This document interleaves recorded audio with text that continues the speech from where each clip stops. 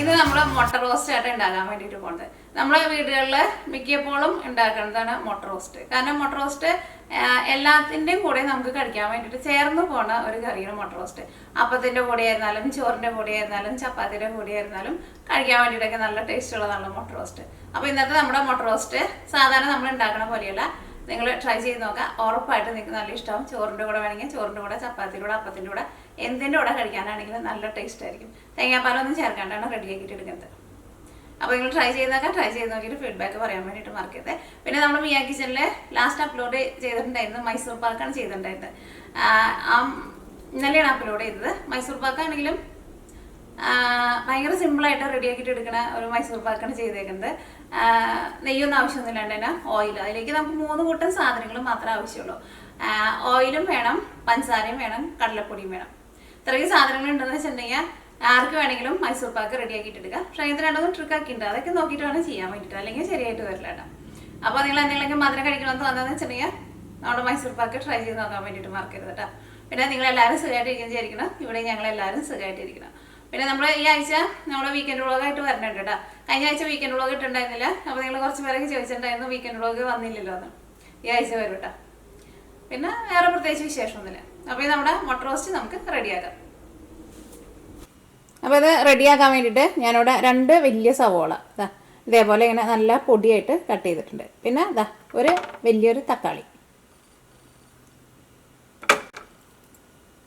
പിന്നെ ginger garlic paste. ഇത് ഞാനിവിടെ ഒരു 8 വലിയ വെളുത്തുള്ളിയും ഒരു വലിയ കഷ്ണം ഇഞ്ചിയും കൂടിയിട്ട് മിക്സിയുടെ ചെറിയ ജാറിൽ ഇട്ടിട്ട് ഒന്ന് കറക്കിയിട്ട് എടുത്തതാണ്. വെള്ളമൊന്നും ചേർക്കാണ്ട് ഇങ്ങനെ കറക്കിയിട്ട് എടുക്കുമ്പോൾ നമുക്കിങ്ങനെ പൊടിഞ്ഞ പോലെ കിട്ടില്ലേ, അതേപോലെ എടുത്തത്. പിന്നെ കറിവേപ്പില വേണം. പിന്നെ ഇതിലേക്ക് നമ്മൾ തൈരും കൂടിയിട്ട് ചേർക്കുന്നുണ്ട്. അപ്പോൾ അതുകൊണ്ട് തന്നെ നമ്മൾ തക്കാളി വളരെ കുറച്ച് ചേർക്കണുള്ളൂ. ഒരു തക്കാളി ചേർക്കണുള്ളൂ. ഇത് വലിയ തക്കാളിയാണ്. അപ്പോൾ തൈര് ഞാനിവിടെ അധികം പുളിയില്ലാത്ത നല്ല കട്ട തൈര് ഒരു 3 ടേബിൾ സ്പൂണാണ് ചേർക്കുന്നത്. അപ്പോൾ നിങ്ങൾ തൈര് എടുക്കുമ്പോൾ നല്ല പുളിയുള്ള തൈരാണെന്ന് വെച്ചിട്ടുണ്ടെങ്കിൽ 2 ടേബിൾ സ്പൂൺ ചേർത്താൽ മതി. അപ്പോൾ ഞാനിവിടെ എടുത്തേക്കുന്ന തൈരിന് അധികം പുളിയില്ലാത്ത തൈരാണ്. നമ്മുടെ നാട്ടിലൊക്കെ തൈരൊക്കെ എന്ന് വെച്ചിട്ടുണ്ടെങ്കിൽ നമ്മുടെ നാട്ടിൽ നല്ല ചൂടാണല്ലോ. അപ്പോൾ അതുകൊണ്ട് തന്നെ ചിലപ്പോൾ തൈരൊക്കെ റെഡി ആയിട്ട് വരുമ്പോൾ ചിലപ്പോൾ നല്ല പുളി ഉണ്ടാവും. അപ്പോൾ 2 ടേബിൾ സ്പൂൺ ചേർത്താൽ മതിയിട്ട്. അത് തൈര് നിങ്ങളുടെ പുളിക്കനുസരിച്ചിട്ട് ചേർക്കുക. കാരണം കറക്റ്റ് ഒരു അളവ് ഞാൻ പറയുന്നില്ല. ചിലപ്പോൾ നല്ല പുളി ഉണ്ടാവും, ചിലപ്പോൾ അധികം പുളി ഉണ്ടാവില്ല. അപ്പോൾ ഞാൻ എടുത്തേക്കുന്നത് അധികം പുളിയില്ലാത്ത നല്ല കട്ട തൈര്. പിന്നെ ഈ കറിയിലേക്ക് നമ്മൾ സാധാരണ നമ്മൾ ചേർക്കണം മസാലപ്പൊടികൾ. മഞ്ഞൾപ്പൊടി വേണം, മല്ലിപ്പൊടി വേണം, മുളക് പൊടി വേണം, ഗരം മസാല വേണം. ഇതിലേക്ക് നമ്മൾ മുളക് പൊടി ചേർക്കുന്നത് സാധാരണ നമ്മൾ ഡയറക്റ്റ് ആയിട്ട് ഓയിലിലേക്ക് ഇടാനല്ല ചെയ്യുന്നത്. മുളക് പൊടി കുറച്ച് വെള്ളം ഒഴിച്ചിട്ട് നമ്മൾ ഒന്ന് ക്രീം പോലെ ആക്കിയിട്ടാണ് നമ്മൾ ഈ മസാല ഉണ്ടാക്കുമ്പോൾ ചേർക്കുന്നത്. അതേപോലെ ചെയ്തിട്ടുണ്ടെന്ന് വെച്ചിട്ടുണ്ടെങ്കിൽ നമ്മുടെ കറിക്ക് ഏതായാലും മുട്ട റോസ്റ്റൊക്കെ ആകുമ്പോൾ കുറച്ച് നല്ല ഭംഗിയുള്ള ഒരു കളറൊക്കെ വേണമല്ലോ. അപ്പോൾ അതേപോലെ ചെയ്തിട്ടുണ്ടെന്ന് വെച്ചിട്ടുണ്ടെങ്കിൽ കളറ് മാത്രമല്ല ആ മുളക് പൊടി മൊരിഞ്ഞ് വരാൻ വേണ്ടിയിട്ട് കുറച്ച് സമയം എടുക്കും. കാരണം നമ്മൾ വെള്ളത്തിൽ മിക്സ് ചെയ്തിട്ട് ക്രീം പോലെ ആക്കിയിട്ടാണ് ചേർക്കുന്നത്. പക്ഷേ മുളക് പൊടി അതിനകത്ത് കിടന്നിട്ട് നന്നായിട്ടാണ്ട് മൊരിഞ്ഞ് വന്നു കഴിയുമ്പോൾ നമ്മുടെ കറിക്ക് ആയിരുന്നാലും നല്ല ടേസ്റ്റ് ആയിരിക്കും. അപ്പോൾ ഇത്രയ്ക്ക് സാധനങ്ങൾ മാത്രമേ ആവശ്യമുള്ളൂ. അപ്പോൾ നമുക്ക് ഫസ്റ്റ് നമ്മുടെ മുളക് പൊടി നമുക്ക് മിക്സ് ചെയ്ത് വെക്കാം. പിന്നെ പുഴുങ്ങിയെടുത്തേക്കണം മുട്ട. അപ്പോൾ നമ്മളിതിലേക്ക് വേറെ മുളക്, പച്ചമുളക് അല്ലെങ്കിൽ കുരുമുളക് ഒന്നും ചേർക്കണില്ല. മുളക് പൊടി മാത്രമേ ചേർക്കണുള്ളൂ. അപ്പോൾ ഞാനിവിടെ എടുക്കുന്നത് കാശ്മീരി മുളക് പൊടിയാണ് എടുക്കുന്നത്. ഇതിനൊട്ടും എരിവില്ല കേട്ടോ. ഇത് കളറിന് വേണ്ടിയിട്ട് മാത്രമാണ് ചേർക്കുന്നത്. അത് ഞാനിവിടെ 1 ടേബിൾ സ്പൂൺ എടുത്തിട്ടുണ്ട്. ഇനി എരിവിന് വേണ്ടിയിട്ട് സാധാരണ മുളക് പൊടി ഇത് 2ൻ്റെയും കളർ വ്യത്യാസം കണ്ട. ഇത് കുറച്ച് ലൈറ്റായിട്ടിരിക്കും. കാശ്മീരി മുളക് പൊടിക്ക് നല്ല കളറുണ്ടാവും. നല്ല കളറിന് വേണ്ടിയിട്ടാണ് അത് നമ്മൾ കറിയിലേക്ക് ചേർക്കുന്നത്. അതിന് എരിവൊന്നും ഒട്ടും ഉണ്ടാവില്ല കേട്ടോ. അപ്പോൾ നിങ്ങൾ ഇനിയിപ്പോൾ എരിവ് കൂടുമെന്ന് വിചാരിക്കണ്ട. ഇപ്പോൾ നിങ്ങളുടെ അടുത്ത് കാശ്മീരി മുളക് പൊടി ഇല്ലയെന്ന് വെച്ചിട്ടുണ്ടെങ്കിൽ സാധാരണ മുളക് പൊടി നിങ്ങളുടെ എരിവിനനുസരിച്ചിട്ട് എടുത്തിട്ട് നമ്മളിപ്പോൾ വെള്ളം ഒഴിച്ചിട്ട് മിക്സ് ചെയ്തിട്ട് എടുക്കാൻ വേണ്ടിയിട്ട് പോകണം. അതേപോലെ മിക്സ് ചെയ്തിട്ട് എടുക്കാം. അപ്പോൾ ഞാനിവിടെ ഒരു 1.25 ടേബിൾ സ്പൂൺ സാധാരണ മുളക് പൊടി എടുക്കുന്നുണ്ട്. അത് നിങ്ങളുടെ മുളക് പൊടിയുടെ എരിവിനനുസരിച്ചിട്ട് എടുക്കണം കേട്ടോ. കാരണം ചില മുളക് പൊടിക്കൊക്കെ നല്ല എരിവായിരിക്കും. അപ്പോൾ അതനുസരിച്ചിട്ട് ചേർക്കാം. ഇതിലേക്ക് ഞാനിവിടെ കുറച്ച് ഉപ്പും കൂടിയിട്ട് ചേർക്കുന്നുണ്ട്. നമ്മൾ മുട്ട റോസ്റ്റ് ഉണ്ടാക്കുമ്പോൾ വേറെ ഉപ്പ് ചേർക്കും. ഇതിലേക്ക് നമുക്ക് കുറച്ച് ഉപ്പ് ചേർക്കാം. ഉപ്പും കൂടിയും ചേർത്ത് കഴിയുമ്പോൾ അതിൻ്റെ ഒരു ടെക്സ്ചർ നല്ലൊരു സ്മൂത്ത് ആയിട്ടുള്ള ഒരു ടെക്സ്ചറായിട്ട് കിട്ടും. ഇതിലേക്ക് നമുക്ക് ആവശ്യത്തിന് വെള്ളം ഒഴിച്ചിട്ട് നല്ല പേസ്റ്റ് പോലെ നമുക്ക് മിക്സ് ചെയ്തിട്ടെടുക്കും.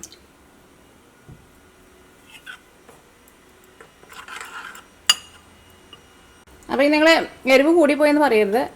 നിങ്ങളുടെ മുളകിൻ്റെ എരിവിനനുസരിച്ചിട്ട് നിങ്ങൾ എടുക്കുക കേട്ടോ. അപ്പോൾ ഈ അടുത്ത അടുത്തത് നമ്മൾ മുട്ട ഒന്ന് റോസ്റ്റ് ചെയ്ത് വെക്കുക. അത് കഴിഞ്ഞിട്ട് നമുക്ക് ഇതിലേക്കുള്ള മസാല റെഡിയാക്കാം. മുട്ട റോസ്റ്റ് ചെയ്ത് വെക്കാന്ന് വെച്ചിട്ടുണ്ടെങ്കിൽ കുറേ നേരത്തെ പണിയൊന്നുമില്ല.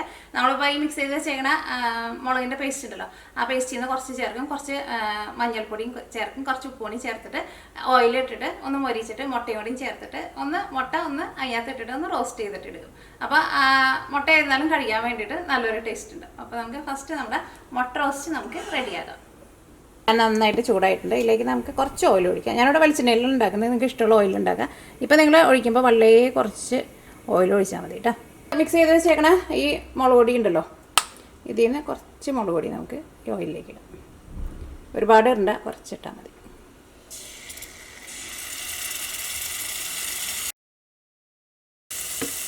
ഒരു 2 നുള്ള് മഞ്ഞൾപ്പൊടിയും ചേർക്കാം.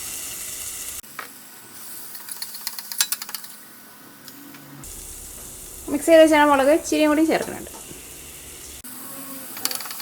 പുഴുങ്ങിയെടുത്തേക്കണം മുട്ട ചേർക്കാം. നിങ്ങൾക്ക് എത്ര മുട്ട വേണമെന്ന് വെച്ചാൽ അത്രയ്ക്ക് മുട്ട ചേർക്കാം. ഇത് നന്നായിട്ട് കുറച്ച് വയ്ക്കാം. ഈ മുട്ടയുടെ ഈ പുറം ഭാഗമൊക്കെ ഒന്ന് മുരിഞ്ഞ് വരട്ടെ.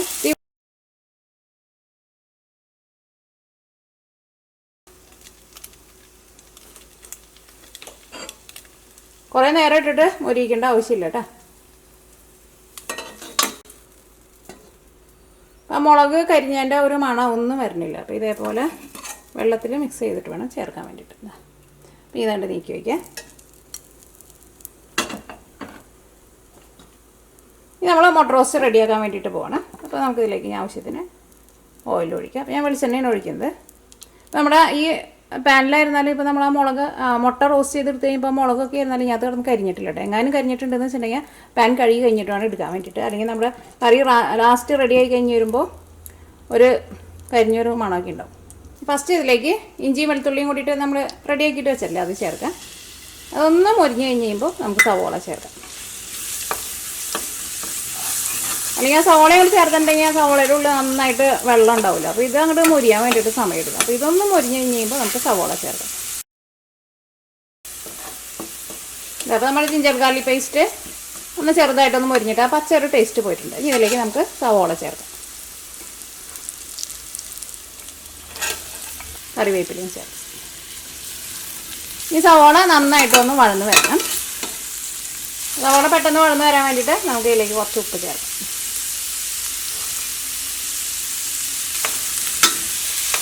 സവാള വളർന്നു വരാമെന്ന് വെച്ചിട്ടുണ്ടെങ്കിൽ സവാള ഒന്ന് നന്നായിട്ടൊന്ന് സോഫ്റ്റായിട്ട് വരണം. അപ്പോൾ പിന്നെ നമ്മൾ എടുത്ത് വെച്ചേക്കണ ഒരു തക്കാളി ഉണ്ടല്ലോ, ആ തക്കാളി നമ്മൾ മിക്സിയിൽ ഇട്ടിട്ട് ഒന്ന് അടിച്ചെടുക്കണം കേട്ടോ. ഒന്ന് പേസ്റ്റ് പോലെ ആക്കിയിട്ടാണ് ചേർക്കുന്നത്. അപ്പോൾ അത് നമുക്ക് തീ കുറച്ചിടാം. ഞാനത് മിക്സിയിൽ ഇട്ടിട്ട് ഒന്ന് അരച്ചിട്ട് വരട്ടെ. അപ്പോൾ സവാളയ്ക്ക് വളർന്ന് നല്ല സോഫ്റ്റ് ആയിട്ടുണ്ട്. ഇതിലേക്ക് നമുക്ക് മസാലപ്പൊടികൾ ചേർക്കാം. ഫസ്റ്റ് മഞ്ഞൾപ്പൊടി ചേർക്കാം, പിന്നെ മല്ലിപ്പൊടി ചേർക്കാം. അത് കഴിഞ്ഞിട്ട് നമ്മൾ റെഡിയാക്കിയിട്ട് വെച്ചാൽ നമ്മുടെ മുളകിൻ്റെ പേസ്റ്റ് ഉണ്ടല്ലോ അത് ചേർക്കാം. അപ്പോൾ മഞ്ഞൾപ്പൊടി ഞാനിതിലേക്ക് 1/4 ടേബിൾ സ്പൂണാണ് ചേർക്കുന്നത്. മഞ്ഞൾപ്പൊടി അത് കിടന്നിട്ട് നന്നായിട്ടൊന്ന് മൊരിയണം. അത് കഴിഞ്ഞിട്ട് വേണം മല്ലിപ്പൊടി ചേർക്കാൻ വേണ്ടിയിട്ട്, അല്ലെങ്കിൽ മഞ്ഞളുടെ ഒരു പച്ച ടേസ്റ്റ് വരും. അപ്പോൾ മഞ്ഞൾപ്പൊടി അത് കിടന്നിട്ട് നന്നായിട്ട് മൊരിഞ്ഞിട്ടുണ്ട്. ഇനി ഇതിലേക്ക് നമുക്ക് മല്ലിപ്പൊടി ചേർക്കാം. മല്ലിപ്പൊടി ഞാനിതിലേക്ക് 1 ടേബിൾ സ്പൂണാണ് ചേർക്കുന്നത്. ഇതാ ഇതേപോലെ ഇങ്ങനെ നിറച്ചെടുത്തിട്ടുണ്ട് കേട്ടോ. ഈ മല്ലിപ്പൊടിയും അത് കിടന്നിട്ട് നന്നായിട്ട് മൊരിയണം. നമ്മുടെ മുളകിൻ്റെ പേസ്റ്റ്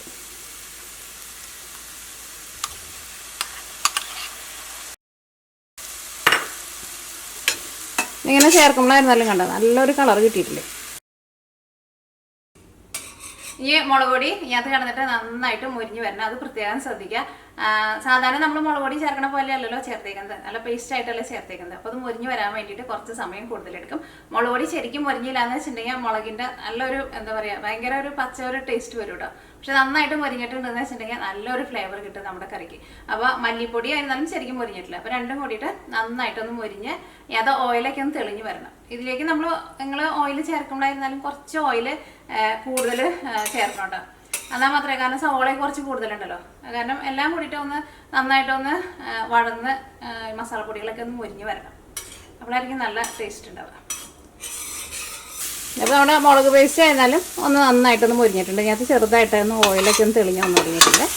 ഇതിലേക്ക് നമ്മൾ മിക്സിയിൽ ഇട്ടിട്ട് അരച്ച് വെച്ചാൽ നമ്മുടെ ഒരു തക്കാളി ഉണ്ടല്ലോ, ആ തക്കാളി ചേർക്കാം. അപ്പോൾ ഇതിനകത്ത് നോക്കി ഒട്ടും പുക വരണില്ല കേട്ടോ. പുക വരരുത്, പ്രത്യേകം ശ്രദ്ധിക്കണം. നമ്മുടെ തക്കാളി പേസ്റ്റ്.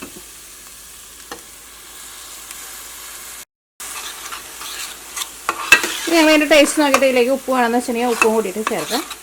നന്നായിട്ടൊന്ന് മിക്സ് ചെയ്ത് കഴിഞ്ഞിട്ട് ഒരു മീഡിയം ഫ്ലെയിമിൽ നമുക്ക് മൂടി വയ്ക്കാം. തക്കാളി ആയിരുന്നാലും നന്നായിട്ട് വെന്ത് ഇതിനകത്ത് ഓയിലൊക്കെ നന്നായിട്ട് തെളിഞ്ഞ് വരണം.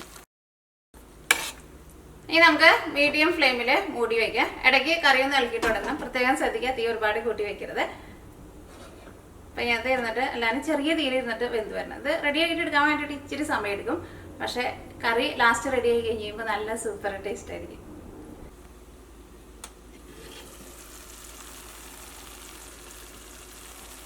അപ്പോൾ ഇതിനകത്ത് ഓയിലൊക്കെ തെളിഞ്ഞ് വന്നിട്ടുണ്ട്. തീ കൂട്ടി വയ്ക്കരുത്. ഞാനിവിടെ ചെറിയ തീയിലാണ് വെച്ചിട്ടുണ്ടായിരുന്നു കേട്ടോ. അപ്പോൾ അത് ശരിക്കും മുരിഞ്ഞ് വരുള്ളൂ. ശരിക്കും നമ്മൾ വിചാരിക്കുന്ന ടേസ്റ്റ് കിട്ടുള്ളൂ. തീ എങ്ങാനും കൂട്ടി വെച്ചിട്ടുണ്ടെങ്കിൽ സൈഡിലേക്ക് പിടിക്കും കേട്ടോ, അടിയിലേക്ക് പിടിക്കും. ഇനി നമുക്ക് ഇതിലേക്ക് നമ്മൾ തൈര് എടുത്ത് വെച്ചിട്ടില്ലേ, തൈര് ചേർക്കാം. അപ്പോൾ തൈര് കട്ടയുള്ള തൈരാന്ന് വെച്ചിട്ടുണ്ടെങ്കിൽ ഒന്ന് ഉടച്ചിട്ട് വേണം കേട്ടോ ചേർക്കാൻ വേണ്ടിയിട്ട്.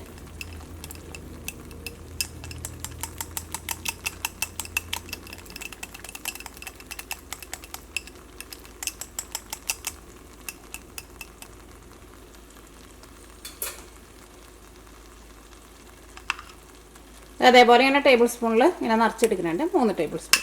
അപ്പോൾ നല്ല പുളിയുള്ള തൈരാന്ന് വെച്ചിട്ടുണ്ടെങ്കിൽ അതനുസരിച്ചിട്ട് ചേർക്കാം.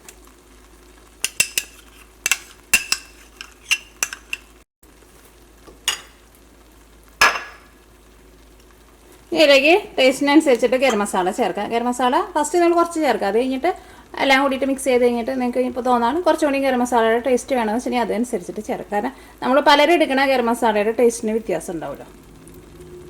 ഇതെല്ലാം കൂടിയിട്ട് നന്നായിട്ടൊന്ന് മിക്സ് ചെയ്യാം.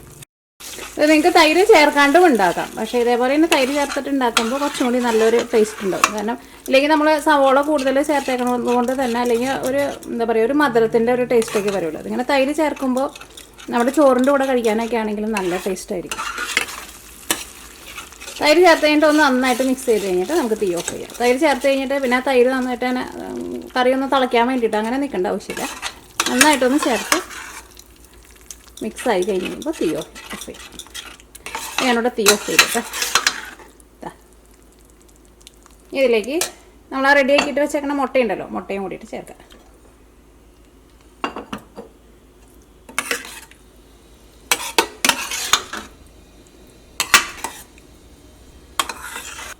ഞാനിതിലേക്ക് കുറച്ച് കസൂരി മെത്തിയും കൂടിയിട്ട് ചേർക്കുന്നുണ്ട്. കസൂരി മെത്തി എന്ന് വെച്ചിട്ടുണ്ടെങ്കിൽ ഉലുവയുടെ ഇല ഉണക്കിയെടുത്ത്. ഉലുവ ചേർക്കരുത് കേട്ടോ, രണ്ടിനും ടേസ്റ്റിന് ഭയങ്കര വ്യത്യാസമുണ്ട്. നിങ്ങൾക്ക് മല്ലിയില വേണമെന്ന് വെച്ചിട്ടുണ്ടെങ്കിൽ മല്ലിയിലയും കൂടിയിട്ട് ചേർക്കാം. അപ്പോൾ തൈര് ചേർത്ത് കഴിഞ്ഞിട്ട് പിന്നെ കുറേ നേരം ഇട്ടിട്ട് തീ കത്തിക്കരുത് കേട്ടോ. തൈര് ഇതിനകത്ത് നന്നായിട്ട് മിക്സ് ആയി കഴിയുമ്പോൾ തീ ഓഫ് ചെയ്യാം. ഇനി ഇത് നിങ്ങൾക്ക് തൈര് ചേർക്കാണ്ട് ബാക്കിയുള്ളത് എല്ലാവരും സെയിം പോലെ ചെയ്തിട്ട് തീ ഓഫ് ചെയ്യാം. പക്ഷേ തൈരും കൂടിയിട്ട് ചേർക്കുമ്പോൾ കുറച്ചും കൂടി നല്ലൊരു ക്രീമി ആയിട്ടുള്ള നല്ലൊരു ടെക്സ്ചറും കിട്ടും. പിന്നെ നമ്മൾ ഒഴിക്കുന്ന തൈര് പോലെ ഇരിക്കും കേട്ടോ. ഭയങ്കര പുളിയുള്ള തൈരാന്ന് വെച്ചിട്ടുണ്ടെങ്കിൽ നിങ്ങൾ അതനുസരിച്ചിട്ട് ചേർത്താൽ മതി. ഇത് നമുക്കൊരു സർവിങ് പ്ലേറ്റിലേക്ക് പറയാം.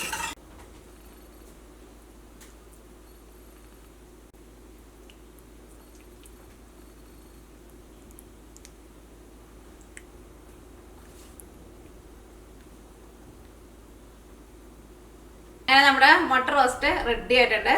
ഇത് എന്തിൻ്റെ കൂടെ കഴിക്കാനാണെങ്കിലും നല്ല സൂപ്പർ ടേസ്റ്റ് ആയിരിക്കും. പിന്നെ പ്രത്യേകം ശ്രദ്ധിക്കുക, തൈര് ചേർത്ത് കഴിഞ്ഞിട്ട് പിന്നെ കറി നമ്മൾ തിളപ്പിക്കരുത് കേട്ടോ. തൈര് ചേർത്ത് കഴിഞ്ഞിട്ട് ഒന്ന് നന്നായിട്ട് മിക്സ് ആയി കഴിഞ്ഞ് കഴിയുമ്പോൾ തന്നെ തീ ഓഫ് ചെയ്യുക. തൈര് കട്ടയൊക്കെ ഉണ്ടെന്ന് വെച്ചിട്ടുണ്ടെങ്കിൽ ഉടച്ചിട്ട് വേണം ചേർക്കാൻ വേണ്ടിയിട്ട്. പിന്നെ കറിയിലേക്ക് നിങ്ങൾ സെപ്പറേറ്റ് വെള്ളമൊന്നും ചേർക്കേണ്ട ആവശ്യമൊന്നുമില്ല. ഈ തൈരൊക്കെ ചേർത്ത് കഴിയുമ്പോൾ കറിയിൽ ചെറുതായിട്ടൊരു തിക്കായിട്ടുള്ള ഒരു ഗ്രേവി ഉണ്ടാവും. അത് ഇപ്പോൾ ചോറിൻ്റെ കൂടെ ആയിരുന്നാലും ചപ്പാത്തിയുടെ കൂടെ അപ്പത്തിൻ്റെ കൂടെ കഴിക്കാൻ വേണ്ടിയിട്ട് അതിന് പാകത്തിനുള്ള ഒരു ഗ്രേവി ഇതിനകത്ത് ഉണ്ടാവും. സെപ്പറേറ്റ് വെള്ളം ചേർക്കരുത് കേട്ടോ. അപ്പോൾ നിങ്ങളെല്ലാവരും ട്രൈ ചെയ്ത് നോക്കിയിട്ട് ഫീഡ്ബാക്ക് പറയാൻ വേണ്ടിയിട്ട് മറക്കരുത്. അപ്പോൾ നമുക്ക് നാളെ വേറൊരു പുതിയ റെസിപ്പി ആയിട്ട് വരാം. ഇനി നമുക്ക് വീക്കെൻഡ് വ്ളോഗായിട്ട് കാണാം. കാരണം ഇന്നിവിടെ വെള്ളിയാഴ്ചയാണ്. നാളെ വീക്കെൻഡ് വ്ളോഗ് ഇടാം.